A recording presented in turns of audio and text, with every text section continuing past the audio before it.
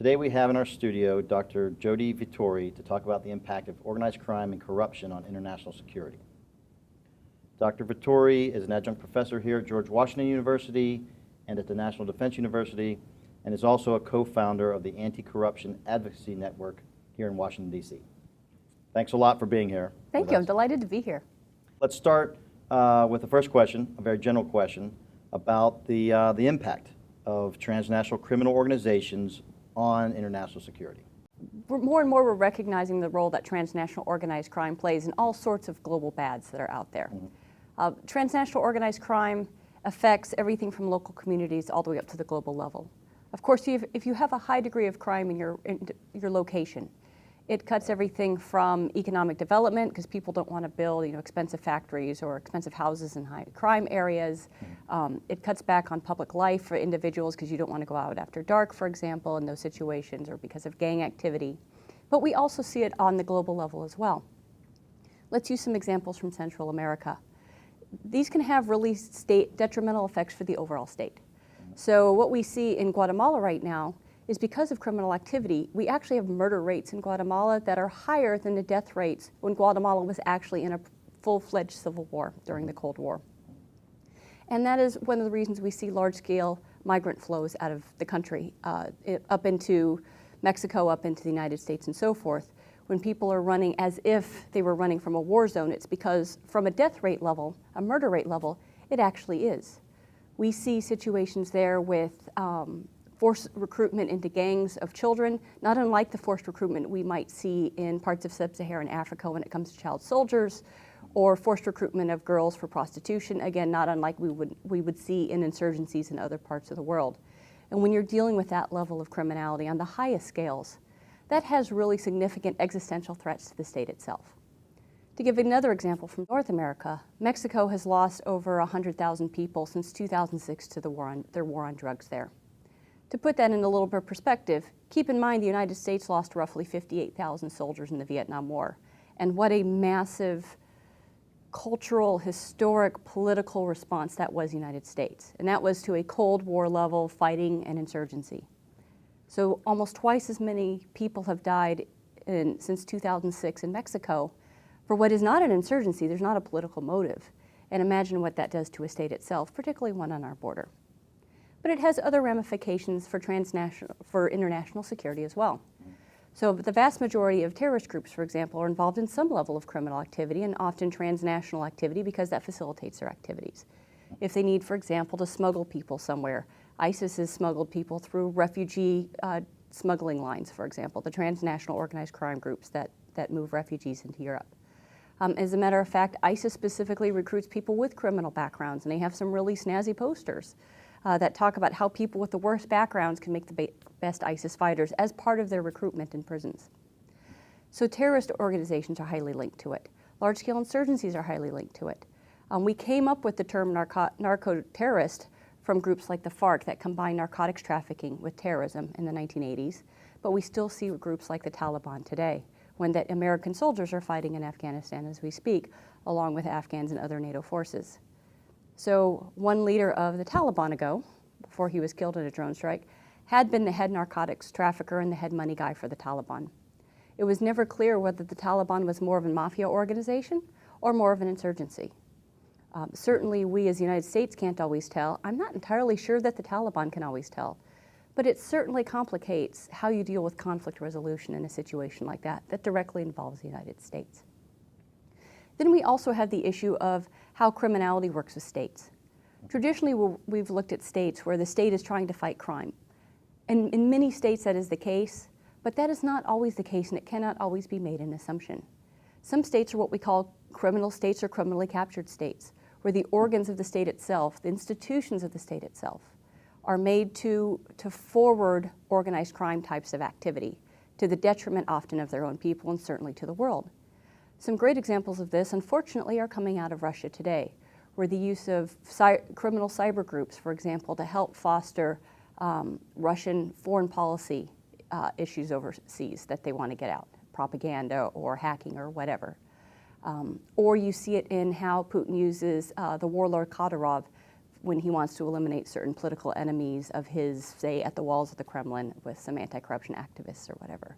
So we see states actually at times tap into criminal activities or even be criminal enterprises themselves. We've had a number of what we call narco states, where the highest levels of the leadership, the president, the vice president, and so forth, are actually personally involved in narcotics trafficking themselves.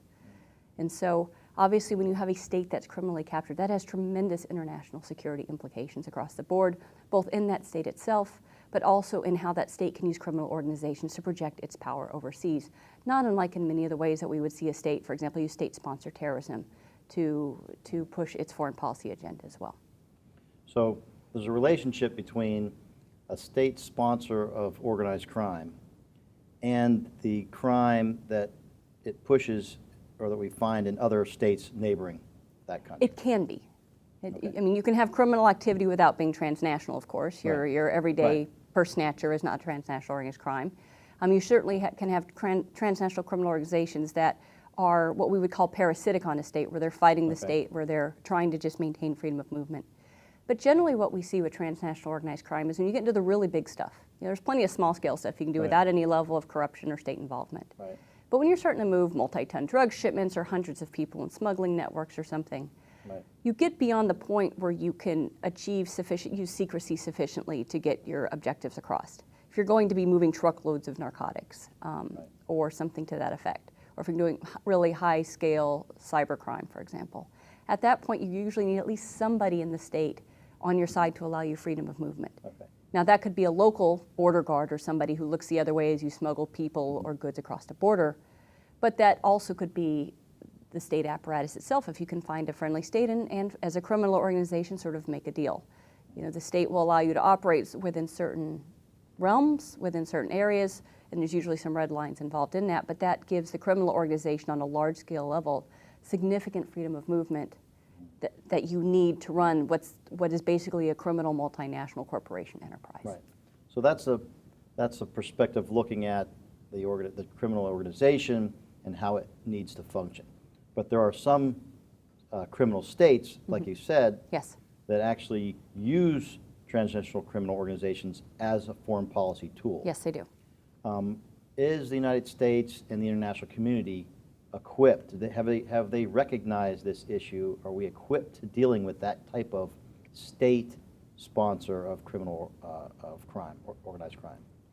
This has been a very difficult challenge, obviously. States tend to focus on criminal activity within their own borders. That's what their police forces and so forth are set up for. We do have international criminal organizations or anti-crime organizations like Interpol.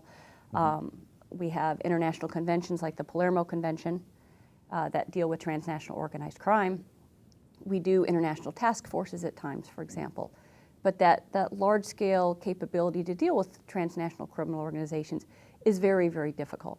It reminds me a little bit of the famous phrase that supposedly came out when it had to do with the Irish Republican Army to a British soldier somewhere.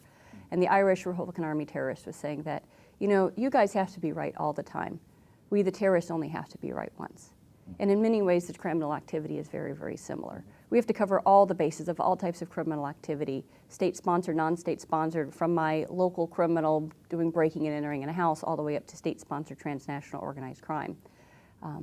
The person perpetuating it, especially if it's a state level with the organs of the state, just has to, keep shifting and stuff to be able to do what they want to do. And so it's much more difficult from our response. And you really do see that with dealing with countries like North Korea or when you deal with countries like Russia. North Korea has long been recognized as a criminal state where it receives a lot of its foreign money from criminal activity, especially narcotics trafficking. They've been catching narcotics in diplomatic pouches since the 1970s. They have special units in North Korea that specifically do criminal activity on behalf of the state. On the side of Russia, there's been incredible scholarly research. Karen Duisha, who recently died, was one of the leading experts on the study of the linkages of Putin and mafia organizations, Russian mafia organizations, and how that's utilized. We have other examples where we've had criminally organized insurgent groups that have taken over a country, but those individuals involved in criminal activity are now the leadership in those countries. So it's a significant problem. Okay. You mentioned Interpol as an example of an international effort. Are the international efforts effective? Or are there other ideas or other organs we need to create? There's no such thing as probably no such thing as a world with no crime, including transnational crime in it. I mean, the 7 deadly sins did not show up yesterday, and they're not going away tomorrow. So trying to eliminate all crime is impossible. Our society's resilient enough and capable enough to respond to that criminal activity in an effective manner. And how do we take those societies that are resilient and make sure they remain resilient? And how do we take those societies that are not resilient and help them build up that resiliency to do so? And then, of course, there's a particular challenge in a criminally captured state where there's not only not the will to challenge it, but where that criminal activity is part of the organs of the government itself. It becomes much more difficult. So the international community's had a really difficult time of it. And I really think you see a microcosm of this in things like cyber hacking. You see a response from states in many levels. Some states are working very, very aggressively on what to do about the cyber activity, much of it coming out of Russia, but also China, North Korea, and other places. And of course, just the standard criminal cyber activity as well. Not all of it is state-sponsored by any stretch of the imagination. Some states are responding quite well to that and trying very hard to how do they harden their networks? How do they respond to those networks quickly and effectively? Other states kind of have a half-hearted level to it. Some states don't recognize the threat itself, or because of the organs of the state are perhaps involved in it, very much choose to look the other way. And so I think it really depends on the state. Because of that, it can be very, very difficult in how you're going to deal with those issues, because often it is your weakest link states that still allow that activity to continue. Right. Now, you mentioned terrorism and the link between terrorism and organized crime. Yes. What's the main driver for terrorists to be linked to organized criminal organizations? Sure, and it actually works both ways. So if you were to run this course back in, say, the 1990s through the 2000s, and occasionally today, you would see these arguments that said terrorists are never going to deal with criminals because it delegitimizes their ideological message, and criminals don't want to deal with terrorists because it brings the organs of the state upon them and the attention they don't want. That has generally not been the case, and there's been a number of empirical studies, including some really interesting big data studies done by the Combating Terrorism Center at West Point, that has shown the significant linkages between terrorism and criminal activity, in addition to a myriad of anecdotal evidence as well. I gave the example of narcotics trafficking earlier with the FARC, which is where we really started to understand these linkages of criminal activity, in this case narcotics, with terrorism itself. So they're incredibly linked. Terror is linked to criminality for a number of reasons. One is to borrow from the old Willie Sutton statement, why do you rob banks? That's where the money is. Even though an individual terrorist attack can be incredibly cheap or even free, to run a large-scale campaign, and especially an insurgency campaign, requires a good deal of money over time, and criminal activity is a relatively easy way to do that. Now, they will often use a mixture of licit and illicit activities in terrorism if they can, so businesses, credit cards, whatever, in addition to criminal activity, because that's an easy place to get the money. It also facilitates logistics networks. If I need to move a terrorist who's on a watch list from point A to point B, working with a human smuggling network, for example, is going to be my best way probably to go to be able to do this. So it facilitates my activity. I need to move people, I need to move weapons, whatever the case may be. There's a facilitation capability there as well. Recruitment also occurs in prisons and so forth, which means by definition, you're hiring from a more criminal element that has that background.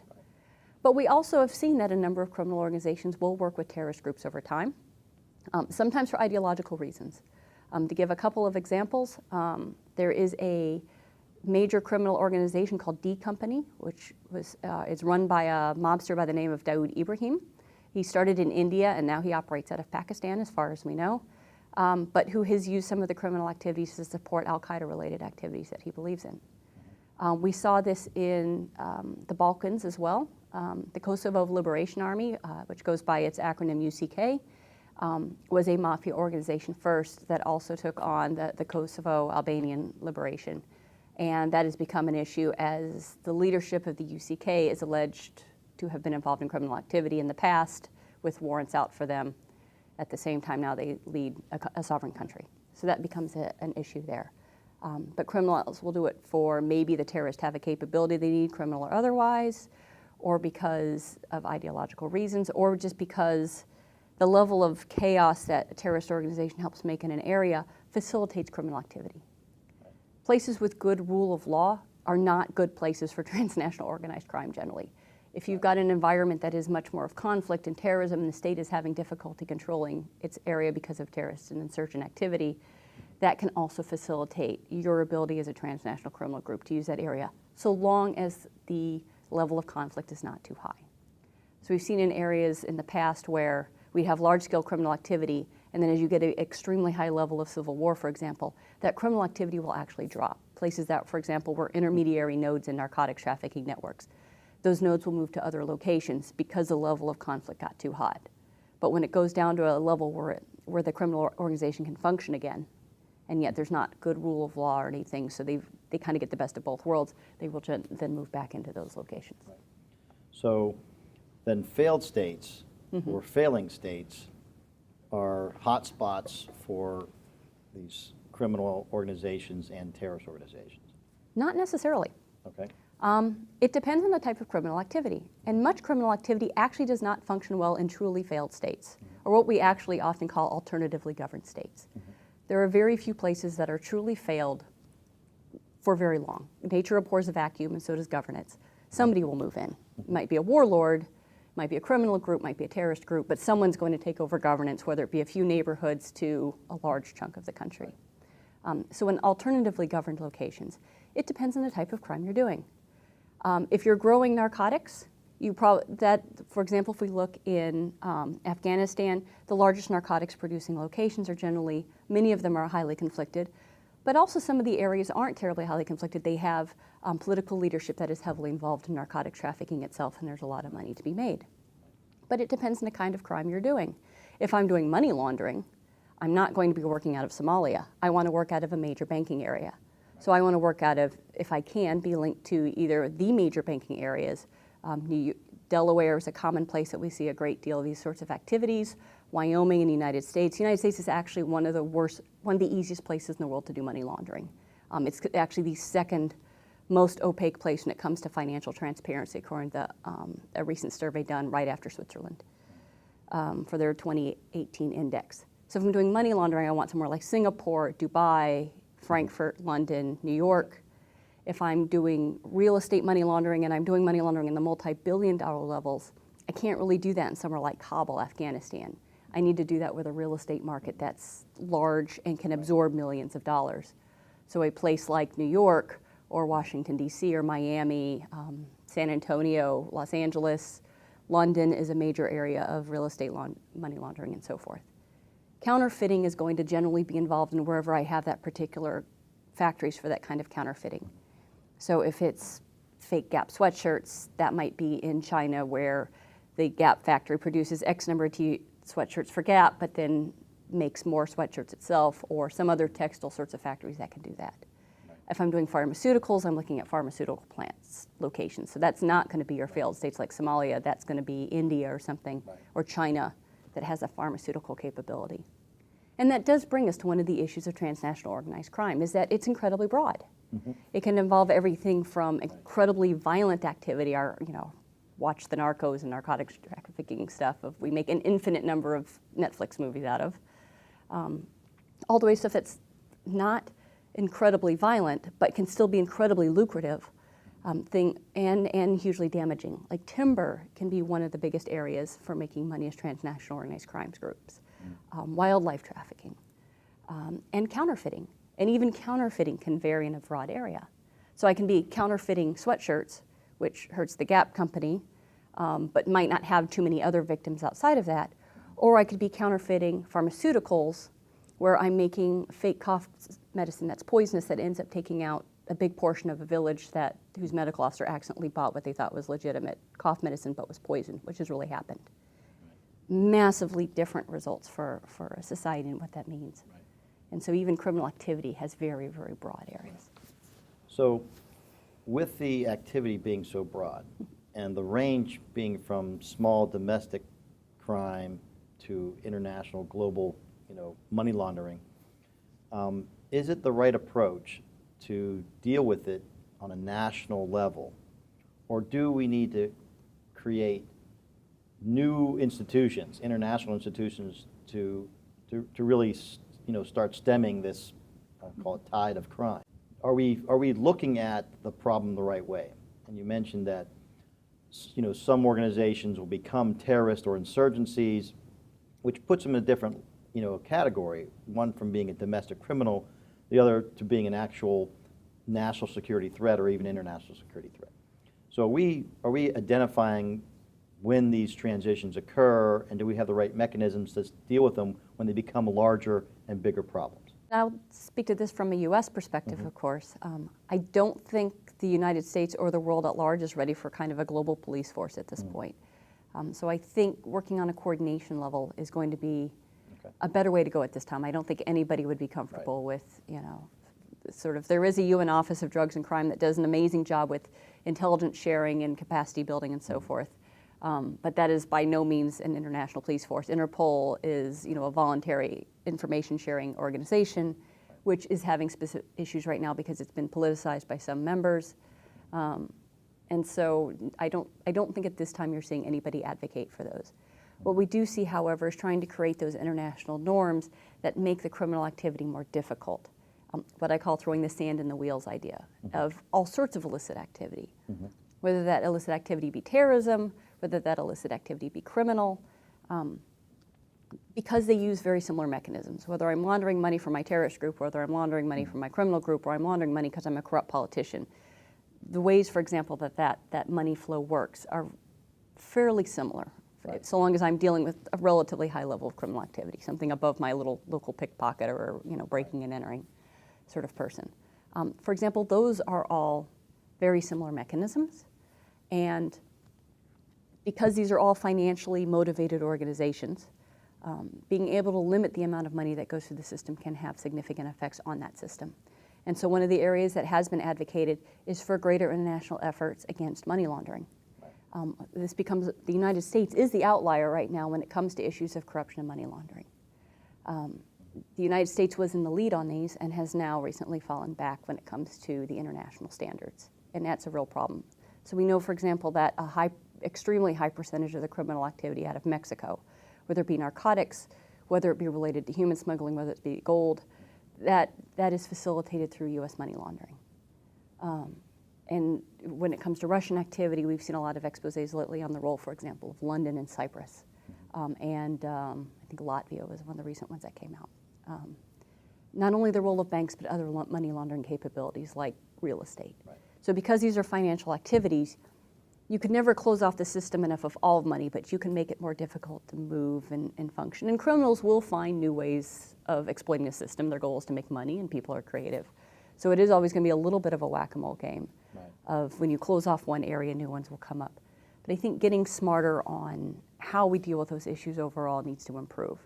So we have everything from what do we do about conflict minerals to what do we do about trafficked animals to what do we do about human smuggling, but those aren't kind of stitched together because we often see criminal activity will be involved in multiple criminal activities at once.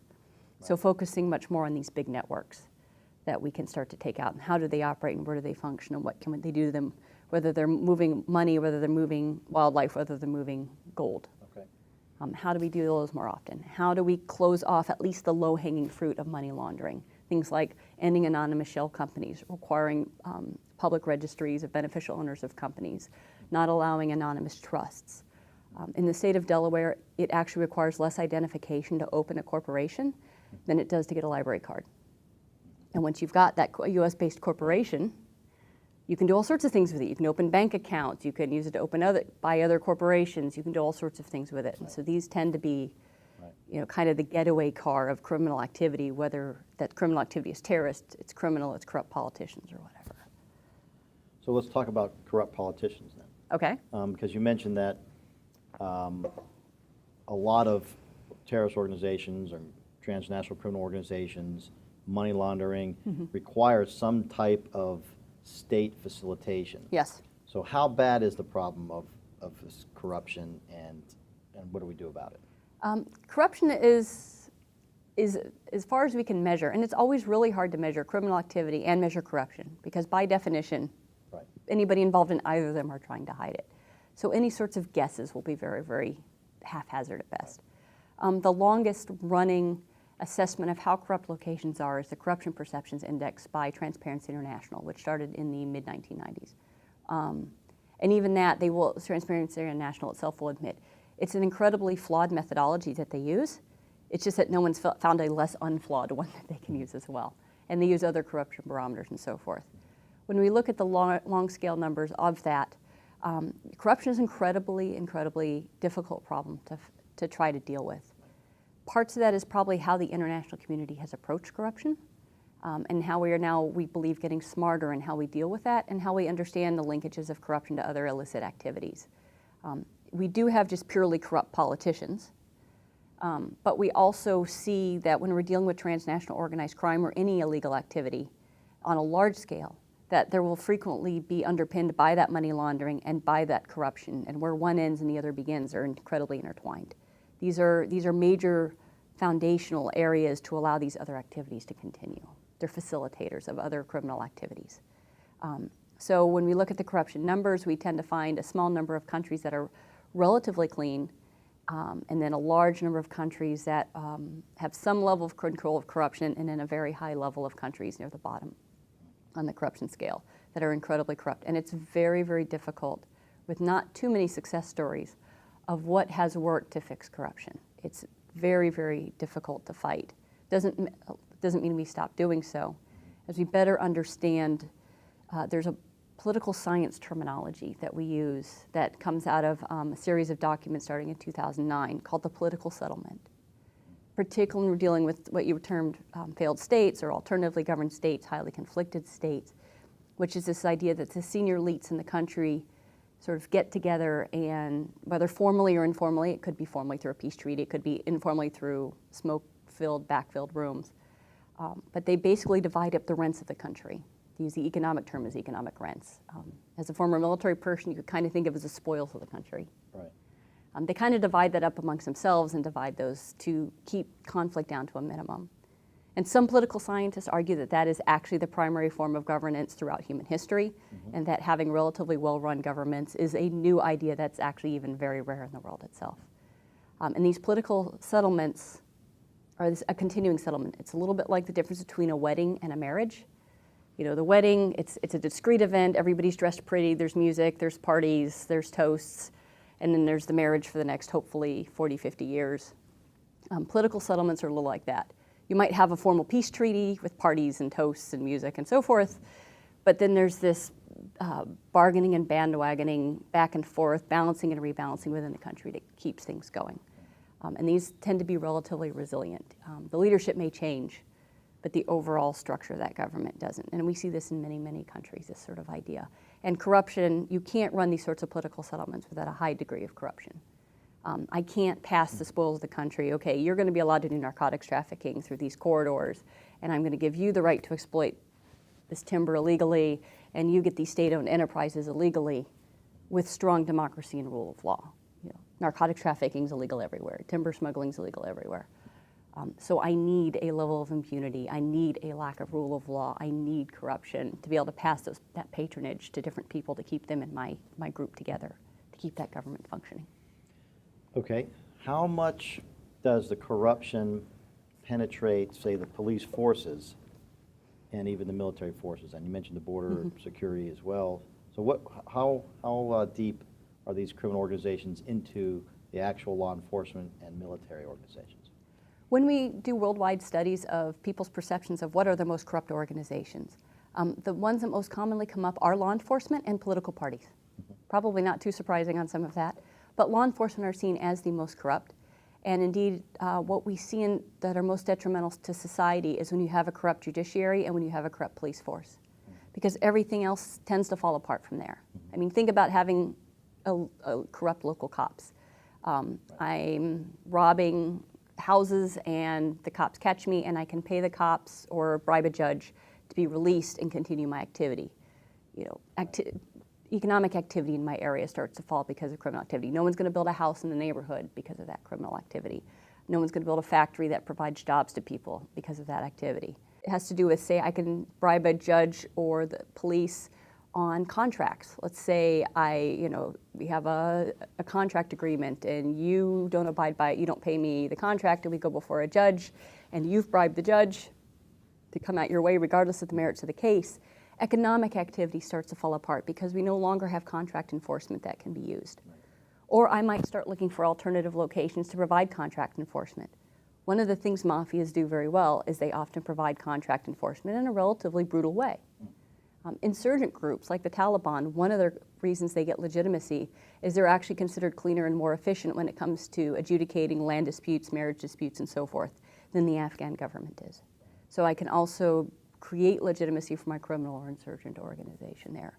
So we really see in the police forces and the judiciary, this is really problematic. Turning to military forces, this is an interesting problem because for a long time we never discussed the corruption in the military forces, and yet it seems to be quite pervasive. Transparency International's Defense and Security Program has what they call the Governance Index, the GI Index, which doesn't look at corruption in security forces, but risks of corruption.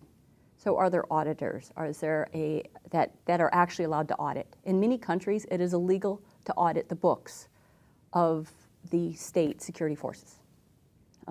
Often the state security forces can be 30 to 50% of the overall country budget. It's not auditable. In any situation where you have a large pot of money that no one's actually allowed to look at and provide oversight, you can kind of imagine what happens. And we see very large-scale corruption happening in defense and security forces. To give a few examples, in Nigeria, there's allegations that the former political advisor to the former president, who was named Goodluck Jonathan, that his national security advisor, with Goodluck Jonathan's approval and oversight, set up a number of illegal front companies, got $2 billion worth of Nigerian government contracts that were supposed to be to provide equipment to fight Boko Haram. That money went to those fake companies and that money disappeared then. It did not buy bullets or uniforms or tents or anything for the soldiers who were supposed to fight Boko Haram. And I think the Nigerian budget at the time was about $5 billion. $2 billion is a lot of money to fight Boko Haram to just disappear.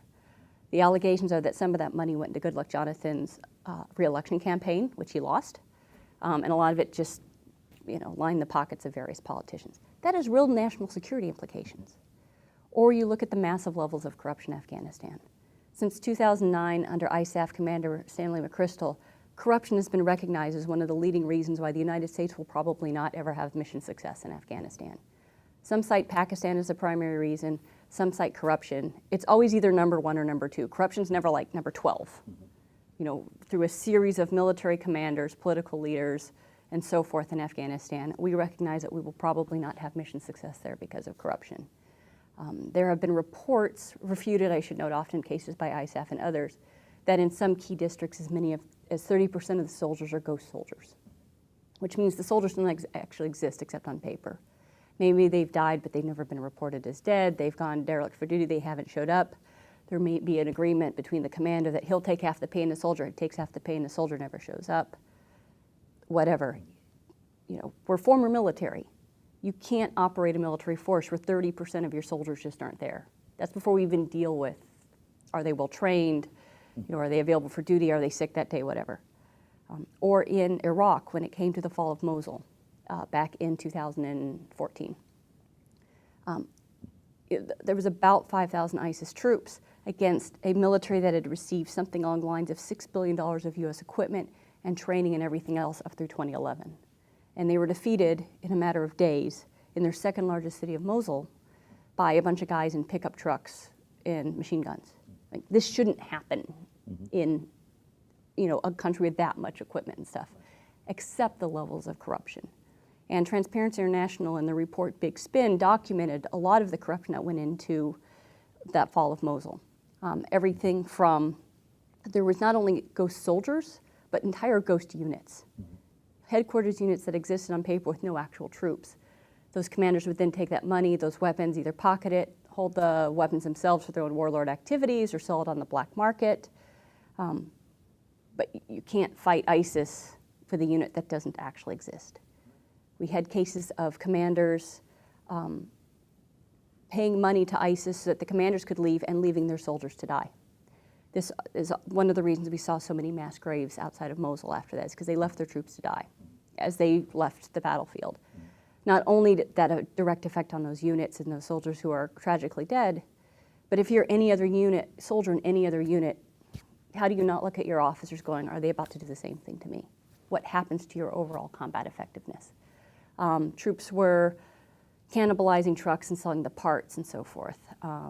The commanders who were given a budget to feed their troops were using that budget for themselves and not feeding their troops.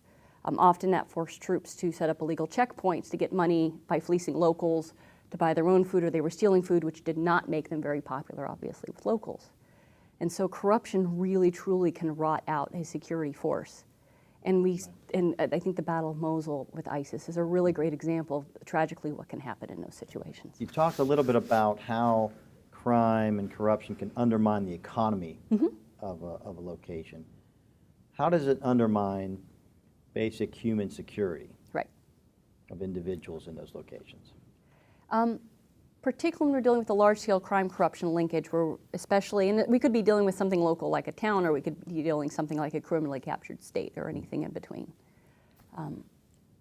There's a tremendous human security threat to all sorts of issues. One is just when you have major criminal activity and people are shooting at each other, obviously that's a major threat to your personal human security.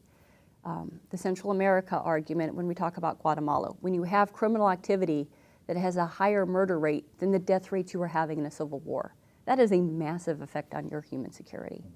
But we're also seeing that human security in other areas, like one's environment unable to function.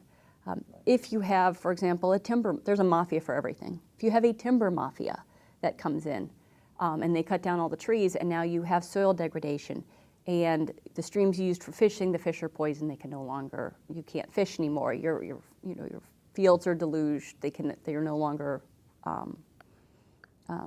as fertile anymore. Right. You're no longer able to grow things. Obviously, your ability to feed yourself, that's a major human security issue. Your water isn't clean, you can't clean it anymore. We have food mafias. There is a flour mafia between Pakistan and Afghanistan, reportedly. Flour as in the food, not the pretty flour thing. Right.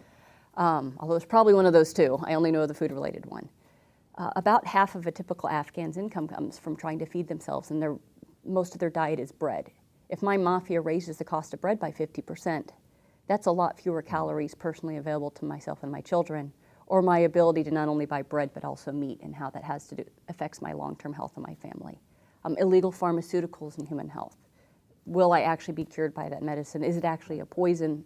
What is that? There's a whole host of human security issues, and we're better and better understanding what those are. Okay, so they range from the environment to, agriculture to, Can I walk the streets? Can you get health care? Can you walk the streets? Yeah.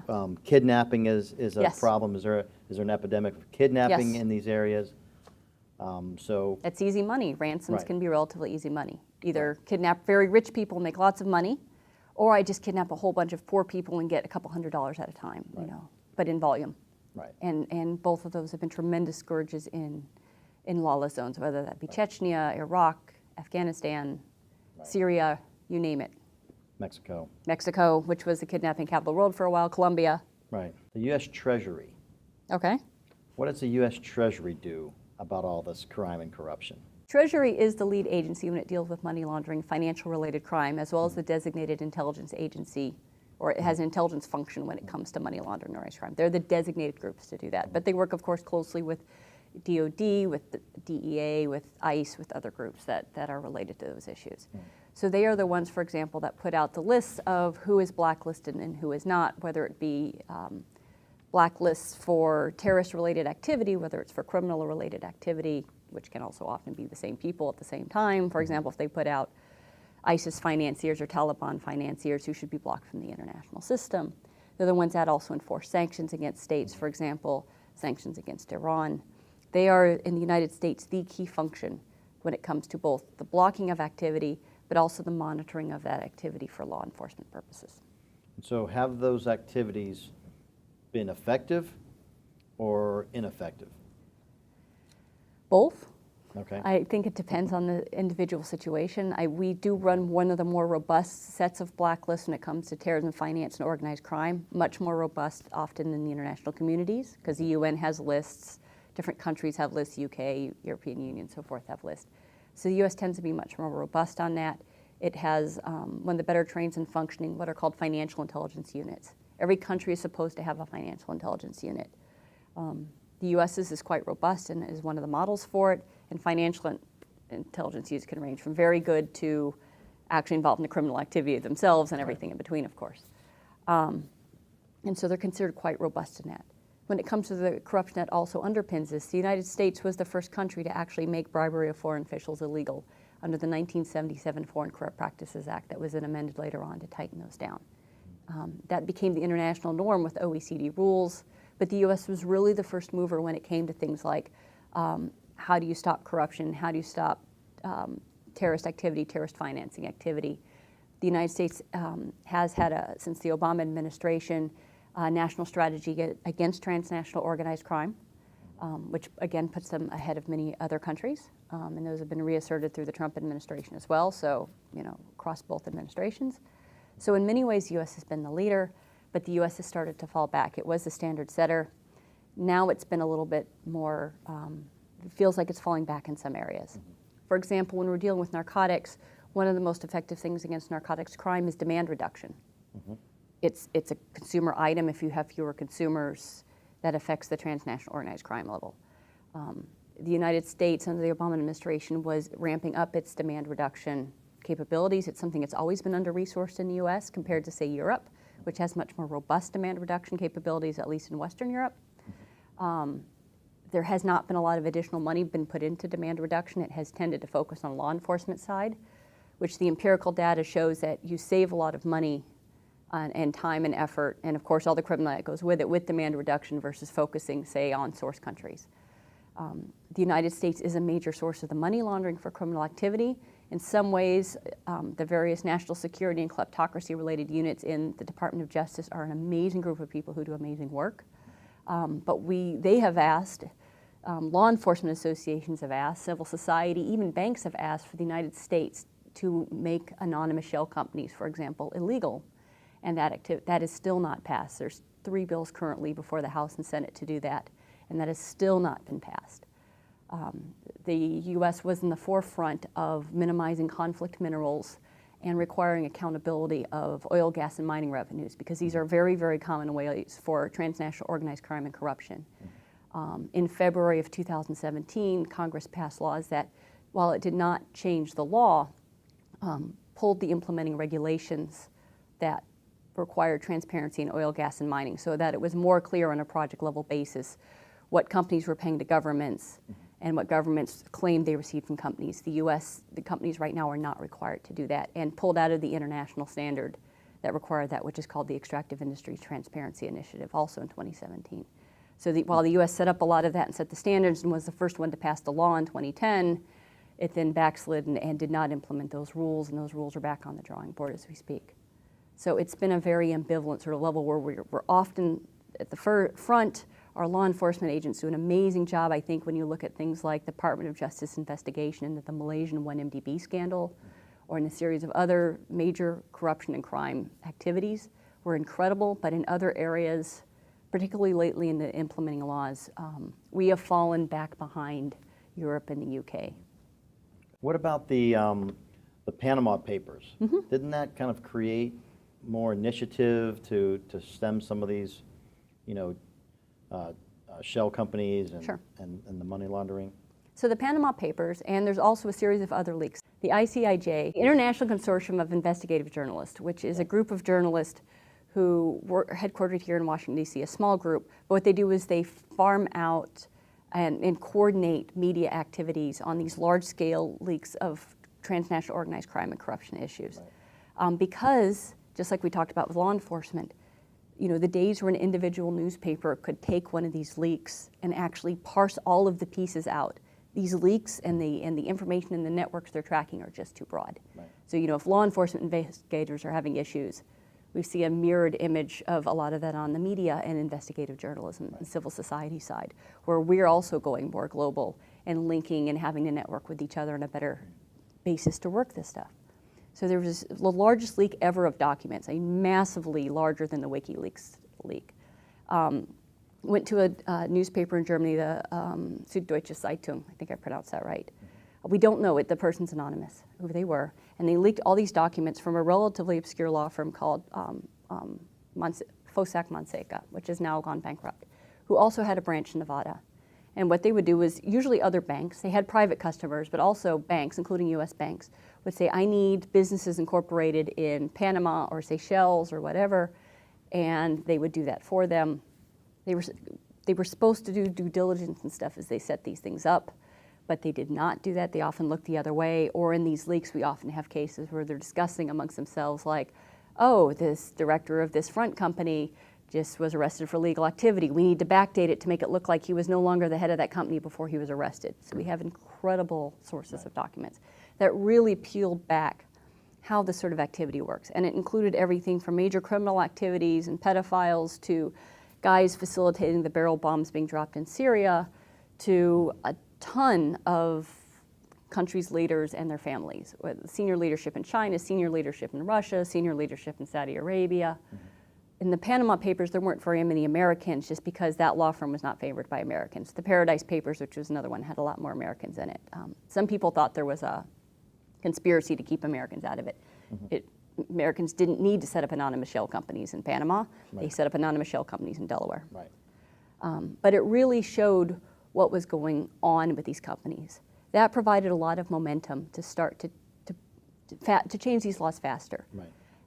We've had a very recent change in laws as well in Europe as we speak, and in the UK.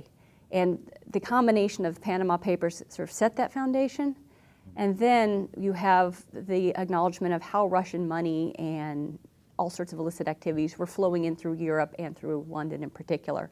And that really motivated them to change laws, created political space and change laws that we didn't think, that they were claiming even 5 years ago, would be crazy to try to change. We had some great stories of, senior UK politicians telling civil society activists, you'll never get the end of these anonymous shell companies in the UK overseas territories. It's just not going to happen. But because of things like the Paradise Papers, the Panama Papers, and now the scourge ball poisoning in London, those rules have now actually changed. The European Union is now setting up a public registry of beneficial owners, where just a few years ago, it was one that was only available to law enforcement and a few other groups. Now they're going to have a public registry. That's becoming the new norm. In the States, while those have had an impact, again, we still have not passed that basic legislation to end anonymous shell companies, even though that legislation has been backed by groups like the Fraternal Order of Police and even the banks themselves. We see time and again will there be major investigations, and that investigation just disappears because we get a company somewhere and we can't figure out who that company belongs to.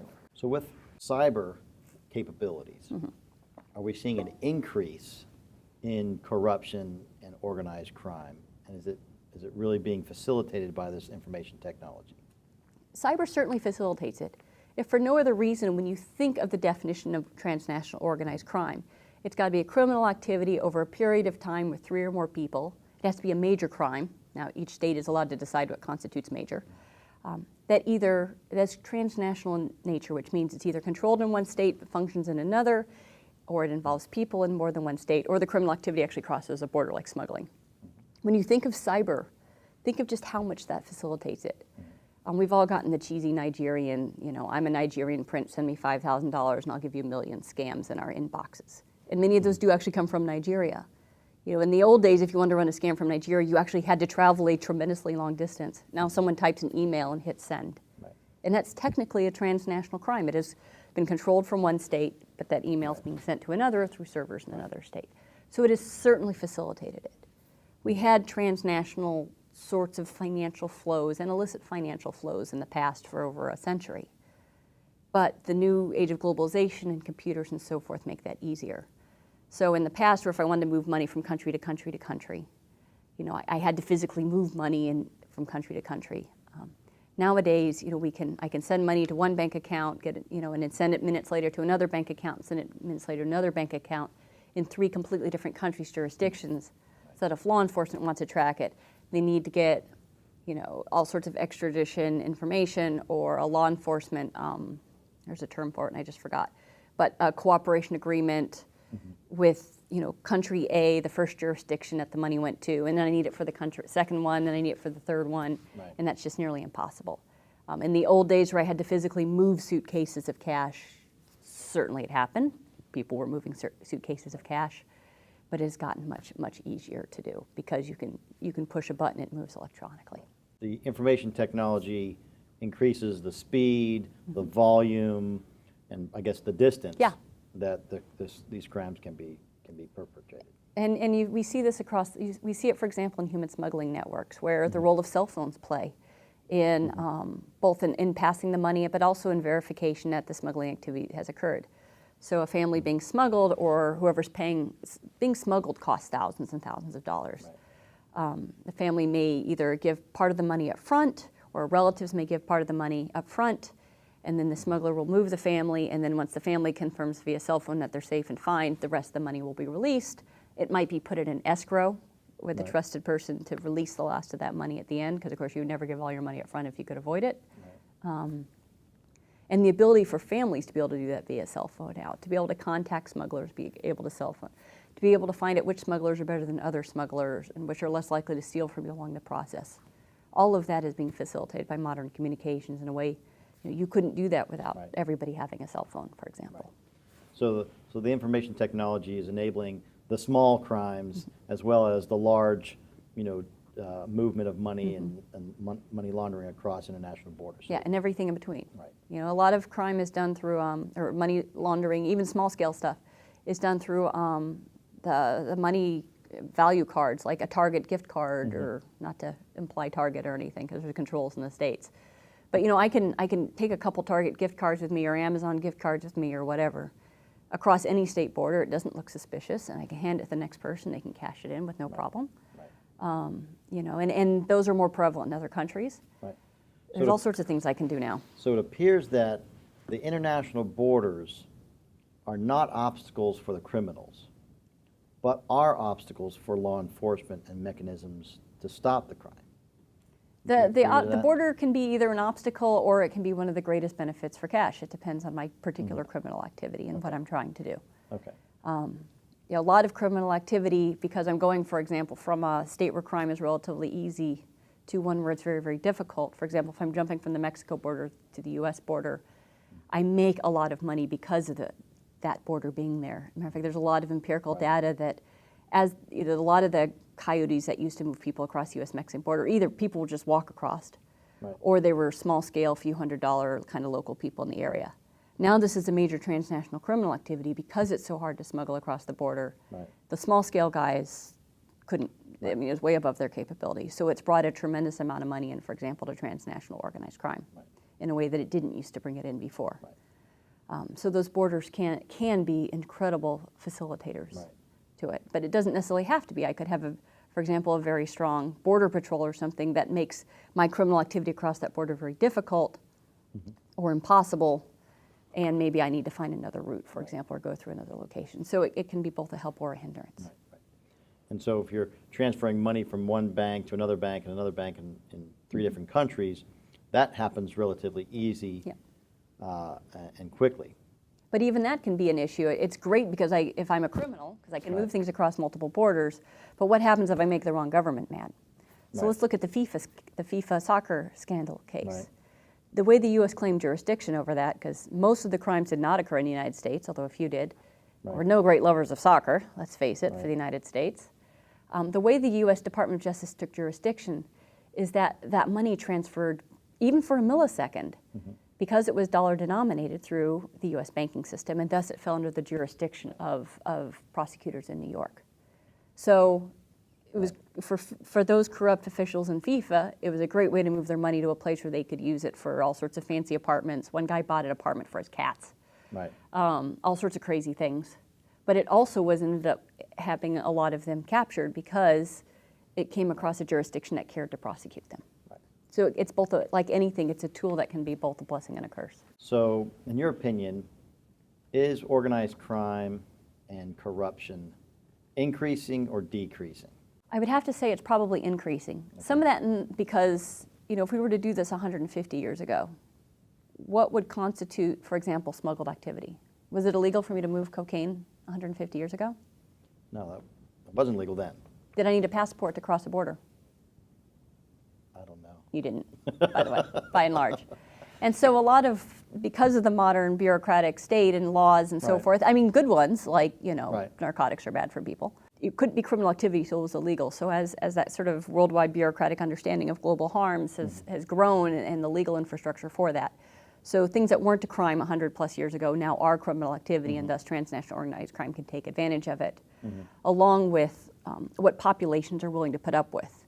You know, populations didn't expect their state to provide the level of security and economic well-being and good contract laws and stuff that we expect states to do today. So people's expectations have risen of what their government should provide and what constitutes a clean state with good rule of law that's a good economic investment environment as well. So some of it is that the goalposts have changed, but because of things like globalization and the amount of money and so forth, it does appear that criminal activity itself is growing. This ties very closely to the fall of democratic governance overall, and that what happens to that wave of, because criminal activity often is facilitated by corruption and corrupt governments. And while you can have an authoritarian state that is not corrupt, it is very, very rare and it doesn't last very long. So we tend to see that corruption linked with that authoritarianism very tightly. So as we've seen this democratic retrenchment, that facilitates that corruption and possibilities of criminal activity as well in the way that we maybe wouldn't have seen as much a few years ago. So it does seem like it is growing. Some of that, though, again, is because the goalposts have moved, but it's easier to do. The types of money you can make off of things has gotten easier to do it as well. But also, in many ways, law enforcement and so forth have gotten better in recognizing public harms to things, being willing to fight it more. As we start to understand, to go back to our London example, you know, many people have been fighting for years in London to make it harder to use London real estate for money laundering and so forth. Now people are really starting to take notice and making significant changes to the law that they would not have even considered making 5 years ago. So it's a cat and mouse game, like any criminal activity. We'll come up with a countermeasure, criminals will come up with a way around it, we'll come up with new countermeasures, and it will always be this back and forth. What are some of the important lessons learned that you've, kind of gathered over time? A number of them. The ones I particularly focus on in my work is that linkages of national security and corruption and organized crime, and particularly the role in the security services. We have really not, particularly as the United States, looked at the importance of criminal activity within the security forces themselves and the regimes. And this, matter of fact, our doctrine isn't even set up for it. If you read the counterinsurgency doctrine, Field Manual 3-24, the famous one that Vittori put out, it is a grievance-based doctrine. It says if you win the hearts and minds, basically, the population, your insurgency will go away, and there might be some corruption problems, you should clean that out. It assumes you have a state that wants to legitimate itself. It doesn't have room in that doctrine for things like criminally captured states. Regimes focus on regime survival. If that regime is a democratic government with rule of law, that regime survival is fantastic. That's what we want. But if that regime is a criminally captured state, that security force, as part of that security force, is key to that regime survival. You cannot do large amounts of theft and stealing from people and stuff like that without the ability to control violence and use coercion and including violence. And that usually means your security forces. So your leadership in your security forces will often be heavily involved in that criminally captured state as part of that criminal enterprise. And as a matter of fact, a lot of times we've had perverse outcomes. So the United States has kind of an attitude of states want to legitimate themselves and security forces provide security, and that is often true, but that is often not true. And so if you take a security force, let's say a police force, that is setting up illegal checkpoints, fleecing everybody that comes by, running death squads for political opponents that the government doesn't like, and then I train that group. They may have gotten past Leahy vetting, but I train that group and that regime itself to be more effective at shooting people and doing law enforcement and so forth. What I've done is taken a predatory force and made them more capably predatory and more capable to keep that regime in power. And then I'm really shocked when I don't get good democratic rule of law and economic development outcomes, because I have a complete mismatch between what I'm setting up, which is an even more predatory regime, and somehow hoping that those guys are going to, at their own detriment, set up a government that's democratic and rule of law, knowing that if that regime set up a relatively democratic government, A, they would get voted out because they've been stealing people blind, and B, narcotics trafficking and fleecing drivers and so forth is illegal, they would go to jail, and they have a strong incentive not to have that happen. And so the United States in particular, I think when it comes to that national security side, we have really not truly understood We've given lip service, but we've truly not understood how those corrupt political settlements, what we call predatory political settlements, the regimes involved, the security sector involved, how all of those work together, and thus we have often accidentally made things far worse, even though we had great intentions. With our aid money, with our capacity building, and so far there is not an indication that there's a significant change to that. And indeed, what we're seeing in the United States now, as facilitating it being easier, for example, for a variety of regimes to acquire U.S. weaponry that are highly predatory regimes, when there's concerns of how they may use that weaponry against their own people, or just use that weaponry for their own kickbacks and patronage networks. And how that enhances the regime itself. And we don't look at that, and that could even get our own soldiers killed in the field. We don't understand the political settlement in Afghanistan and the narcotics trafficking that goes up nearly to the top. With senior governors and stuff in the Afghan government, and yet we have troops there, or in Syria or in Iraq and so forth. If we really don't start focusing much more on governance and running our governance in parallel with our security stuff. Because the U.S.'s doctrine has been, whether in Iraq or Afghanistan, that we'll do security first and governance later. But if my lack of security is linked to that lack of governance, then I'm just in a self-perpetuating cycle. I'm never going to get secure enough to deal with that governance because it's my governance that's helping prevent that insecurity or create that insecurity. And so we've been in a credible mismatch, and I think we really see that in that lack of understanding in many of the places that the United States is currently involved in, whether it be Yemen, Syria, Iraq, or Afghanistan, a host of places that were involved. Let's talk about the Anti-Corruption Advocacy Network. Okay. What is that, and what does it do? That's a group of about 250 all volunteers. That is a bipartisan, like I said, completely volunteer information sharing network. It does, regardless of the fact that the name says advocacy in it, it actually does not advocate on any positions itself. It merely provides the information space for that to occur through listservs that are by invitation only from other members, as well as a monthly meeting of individuals who get together or who call into these meetings. And it came in response to discussions at an international anti-corruption conference. Every 2 years, the international community that does anti-corruption kind of gets together, and these giant, many thousands of people come in conferences. The one in December 2016 happened to be, of all places, in Panama City, home of the Panama Papers, ironically, just circumstantially.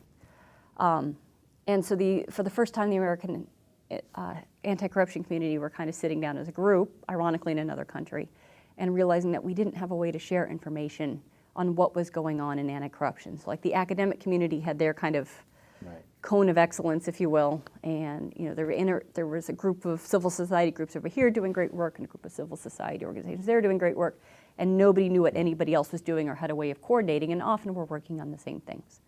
In addition, the United States actually does not have a Transparency International chapter. That chapter was delisted. It was delisted in December 2016 as well. This had been a long time coming. So normally a Transparency International body would have taken on many of those roles, but we do not have a chapter here. Why is that? Why was it delisted? I don't know the full story, frankly. Okay. It had a lot to do, not with any of the individual members who were working for Transparency International, but how that money was, who was funding the organization, and what was seen as maybe a lack of aggressiveness because of where that money was coming from on some of the industry groups that they were reporting on or not reporting on. I don't know the full details of it, but I knew it had been coming for many, many years. I mean, this wasn't just something that showed up in December. It had been a long time coming. And so we have America has always had amazing civil society organizations that work in anti-corruption stuff. Alexis de Tocqueville, talked about the incredible civil society stuff. There's a law scholar by the name of Zephyr Teachat, who has made the argument that one of the major impetuses for what is actually in the Constitution and a major concern of the Founding Fathers was not only concerns of tyranny, but also concerns of corruption, and has made a very credible case that this was something that concerned the Founding Fathers.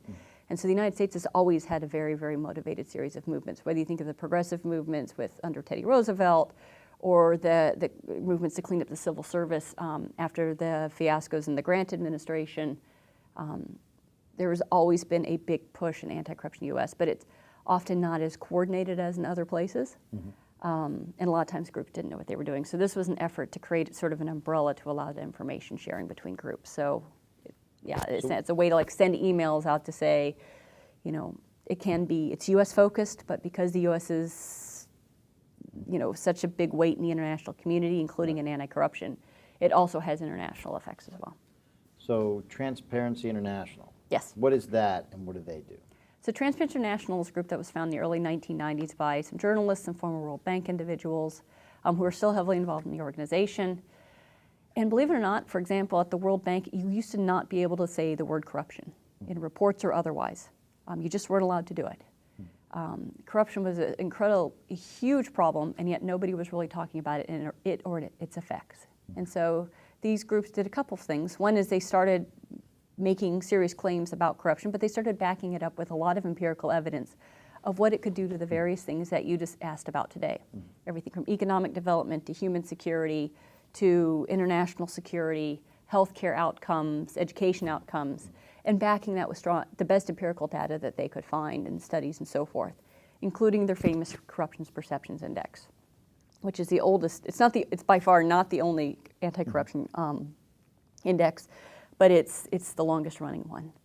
If you hear things like, you know, North Korea is the most corrupt country in the world, while in theory it could also be the World Bank's anti-corruption one, they almost always mean Transparency International's Corruption Perceptions Index. And they've done a remarkable job of taking corruption from something that people talked about the problems, like Imelda Marcos's shoe collection in the 1980s and how did she get that, but really taking it into an international force of how do we all work together on these sorts of similar problems, how do we understand what seems to work, what doesn't work, and so forth.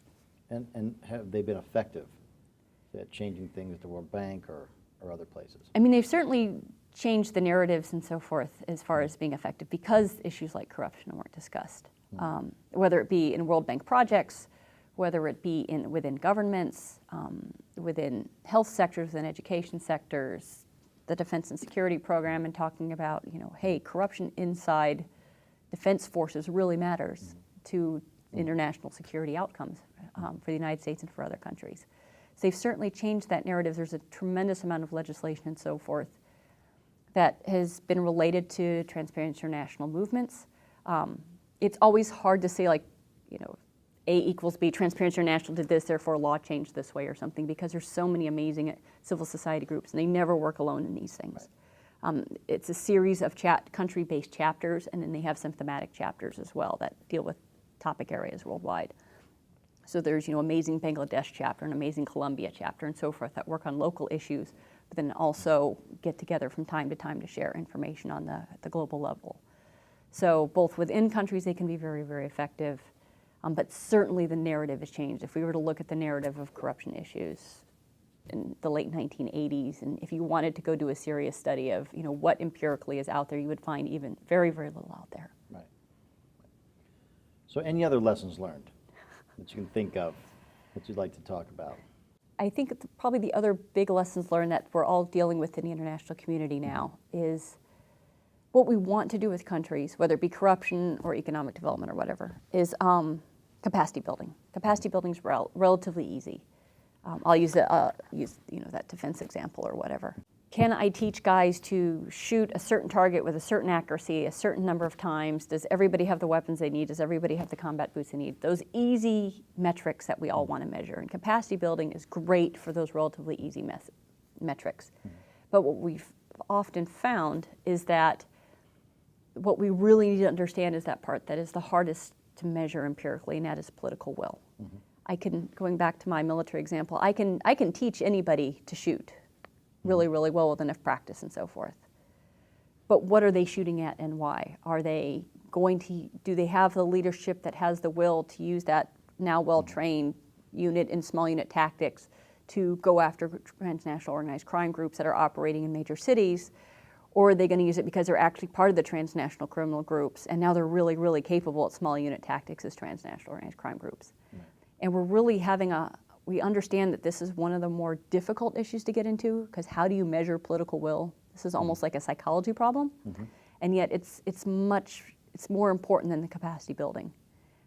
We kind of know this from life. You know, having somebody who has goodwill and kind of stumbles along is usually a better outcome than someone who's incredibly capable but using it for bad purposes. Right. So it almost sounds like character building versus capacity building is what you're talking about. We have to, well, you have to have it. You want capacity building, but we have to understand, we have to try to have a better understanding of what is the political will to actually use it. We've done tons of capacity building and all sorts of things. Right. We've trained tons of judges, tons of lawyers, you know, help try to set up accounting systems and so forth. A lot of times those just kind of dwindle away when they're done because no one has the will to keep them going because they take a lot of work. Sometimes they're used for incredibly nefarious purposes. I can use my auditing capability to audit to make sure politicians aren't hiding money, or I can use my newly trained auditors to audit rich families to find out how much money they have, so when I kidnap their son, I know exactly how much ransom to ask for. Right. Same auditing procedures. Right. Right. Very, very different outcomes. Right. And how do we measure how is that auditing training going to be used? Right. You know, is it just going to be forgotten? Is it going to be used for good purposes? Is it going to be used for bad purposes? And yet, until we deal with that more, there's going to be a significant limit on how we build rule of law and governance and democratization and start to pull back on that corruption-related issues. And political will is just so hard to get because as we see, and we've got a lot of empirical data, regimes where a small number benefit incredibly highly compared to the massive group will use those benefits to stay in power and are very, very hard to dislodge. Even after you voted them out of office, they can still be really, really hard to dislodge. You see this in mass protests in places like Romania recently, where they voted out, where mass protests had highly corrupt leadership in the government thrown out, but kind of their second in commands took in. They tried to change laws that made money laundering easier. People went back out in the streets. And it's this, it just takes a lot of energy to get 100,000 people to constantly go out in the streets and keep that going against these sort of entrenched interests. So we're in some ways focused on the physical aspects of capacity building and not really on the political aspects of it. And we need to do much more in that area. As we understand this better, the same books I assign in my classes at Georgetown or whatever on corruption and governance and so forth, we've had lovely pictures of, various South Sudanese warlords and stuff reading too. I mean, anybody can read these books. We can use it to build governance, we can use it to not build governance, or you can just pick up, a lot of this is time immemorial and you just pick it up. And so what we really see is because things like strong cross-cutting civil society groups in different parts of society that have credibility is really, really important after a revolution for making that revolution more sustainable and resilient, like in Tunisia. Then authoritarian regimes highly involved in corruption, one of the first things they do is go after and make sure that you prevent the establishment of civil society groups that have cross-cutting cleavages throughout the country that could provide that capability. And so you see, for example, in many countries, we'll pick on Turkey, which is a NATO ally, and Russia going after civil society and free press. Because these we know are two of the most important aspects in any sort of clean governance, anti-corruption, transnational organized crime activity. It's a necessary condition, but not sufficient, that information get out through civil society, through investigative journalism, so forth. So one of the first things they do is go after civil society, investigative journalism, to the point where some of the good governance programs have been put up, for example, in Hungary on billboards and such, about George Soros and his Open Society Foundation, for example, that it actually became a political platform to try to make these outlandish claims that George Soros somehow wanted to destroy Hungary and bring in, all sorts of immigrants or whatever. There was even a tweet on it 2 days ago that George Soros wanted to undermine the U.S. Constitution here in the States. So that sort of narrative against civil society and good governance, and for whatever reason he picked on that particular person, maybe just because he bankrolls so many activities or whatever, has made the jump from places like Hungary now to the U.S. Twitter sphere. Groups who want to do this, they know what it takes to build up resilient, strong, democratic societies and are very, very deliberate in their activities to minimize that capability. And if you're a criminalized state, authoritarian state, you have the organs at your power that you can make the laws that make it hard to do investigative journalism. You can use the tax man to close down your independent media sources. And we have this empirically. There was a great example from Peru, for example, under the Fujimori regime, where the Fujimori regime kept really, really good records of the bribes they paid to stay in power. The Fujimori regime was a linkage of the politicians themselves and the intelligence services and criminal networks together to stay in power. And as part of that, they paid a lot of patronage. And because we had their books, we could go back through their books and find out, if we assume like how much you pay someone is how important it is they stay on your side in this patronage network, like we have a pretty good like money on the barrel sort of what matters. And judges and stuff are very important. They got typical judge got a few $1,000s a month or whatever and so forth. But who got the big money was media organizations. Massively more than they were paying off the judiciary and the cops. The Fujimori organization saw things like civil society and free media as the type of thing they needed to subsume. They were going to pay a lot of money to do it, along with using other organs of the state. And indeed, it was the one independent media they didn't pay off that actually broadcast all the tapes of them taking bribes and ended up with the overthrow of that particular government. So it sounds like the individuals are very vulnerable or almost don't have power, almost powerless when you have a criminally captured state, or you have a state where there's so much corruption that the police and the law enforcement and the judiciary are all part of a corrupt group. It sounds like the individuals are really powerless. And so what can individuals do to try to get out of those positions? It's a really tough situation. And certainly, like, for example, you're not going to see a lot of civil society popping up in North Korea anytime soon. Probably the most authoritarian, perhaps the only true totalitarian state in the world today. It is very, very difficult in those true situations, and that's why you often see that activity occurring overseas. So, there's a big conference, matter of fact, coming up in D.C., where various North Korean defectors and other human rights folks are talking about North Korea in D.C., not Pyongyang, because of course you can't do that in Pyongyang. Right. It is very difficult, and this is why we as civil society look for help from the international community to, many of these governments, for example, are aid donor recipients, security assistance recipients, that aid be conditioned with credibility on things like maintaining a certain level of free press and a certain level of civil society and having some level of elections. There's a debate of whether elections are good or bad in really highly unstable locations. But providing that opening to allow more inclusiveness to come into the government over time, that vector of governments can improve over time, that people have an ability to have a say in that government over time. But it is very difficult in those particular environments. And the information environment has become more difficult. The internet was supposed to make organizing, for example, people movements so much easier. And you may remember then Secretary of State Clinton calling on I think it was Facebook at the time, or it might have been Twitter, during the Tahrir Square protests in 2011 in Egypt. They were going to do some maintenance, to not do that maintenance, to hold off because people were using it was either Facebook or Twitter to organize. But what governments have learned to do, the assumption was the internet could never be really blocked. And we've learned that that's not the case. If you have a state that's willing to use a lot of money and resources to limit that internet and stuff, they can do that. You can even turn off the internet, which, by the way, is what Egypt ended up doing. They accepted the international and financial costs, because there's huge costs if you unplug your country from the internet. Right. Iran does that. They'll unplug they unplug themselves from the internet, basically, during the major protests last year. Right. They'll accept those costs in order to maintain regime stability in the face of things. Right. So I think working with civil society groups and so on, and how can they share information better, providing those safe spaces for civil society work, ideally inside the country, providing some level of protection through, sometimes it's small grants to legitimate groups, because there's a lot of illegitimate civil society groups out there. And even transnational organized crime groups have figured out they can set up civil society groups. I mean, anybody can set up a civil society group. But working with groups at capacity building, how do you do basic things like monitor voting results and stuff like that? How do you report those out? Encouraging a free press, training a good quality investigative free press, because there's a lot of press out there that's not very good. How do you do that? What are good journalistic standards? Right. How do you fact check and verify things? Pushing governments that want to receive security or financial aid to, for example, have their security forces, that Parliament should be able to provide oversight of security forces, that civil society should be able to know, for example, what the government is spending their money on, or what's being procured from the government. There's a lot of areas you can work on, kind of build that foundation to build up from there. It's difficult. It takes time.